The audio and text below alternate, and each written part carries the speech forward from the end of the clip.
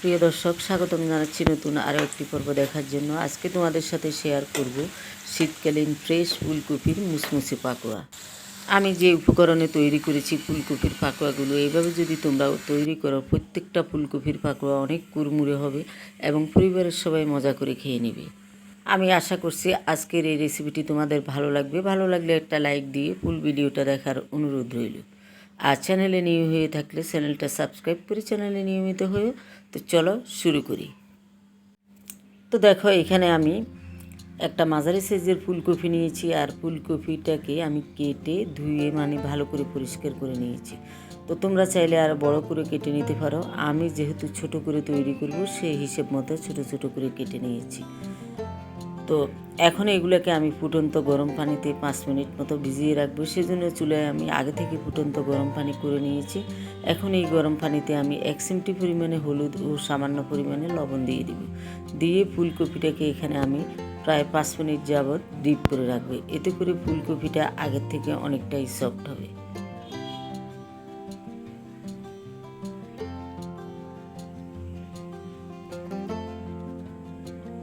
পাঁচ minute deep করার পর আমি পানিটা সরিয়ে ভালো করে ফুলকপিটা একটা বোলে নিয়ে নিয়েছি। এখন আমার এখানে মশলা দেওয়ার পালা। তো এখানে আমি 1 টিস্পুন করে মরিচ গুঁড়ো এবং হলুদ গুঁড়ো দিয়ে দিচ্ছি। এখন দিয়ে দিব half teaspoon Kashmiri powder. Kashmiri পাউডারটা দিলে কালারটা খুব সুন্দর আসবে। এখন দিয়ে দিচ্ছি এখানে আমি চাট মশলা 1 টেবিল চামচ পরিমাণে। এই চাট মশলাটা দিলে আর কোনো মশলার প্রয়োজন হবে না। এখন দিয়ে দিচ্ছি 1 টেবিল চামচ পরিমাণে কর্নফ্লাওয়ার। কর্নফ্লাওয়ারটা তোমাদের কাছে না থাকলে তোমরা সেই ক্ষেত্রে চালের গুঁড়া থাকলে চালের গুঁড়াও অ্যাড করতে পারো।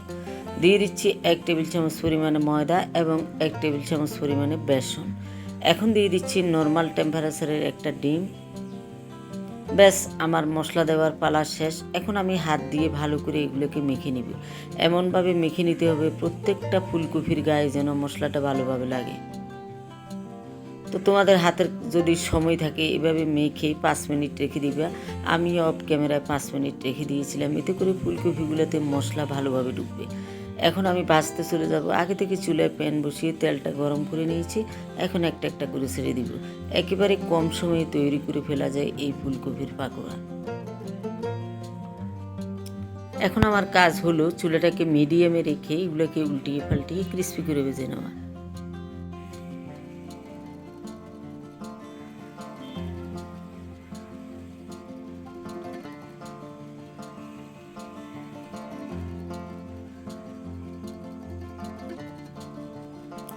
আস্তে আস্তে কালারটা চেঞ্জ হয়ে আসছে। আর এই ফুলকপির পাকোড়াগুলো একেবারে আমরা যে ছোট ছোট পেঁয়াজু তৈরি করি, ঠিক পেঁয়াজুর মতো হয়।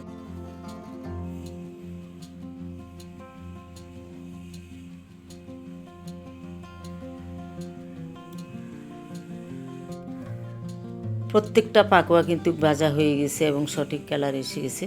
তো আমি এখন উঠিয়ে পরিবেশন করে তোমাদেরকে দেখিয়ে দিচ্ছি।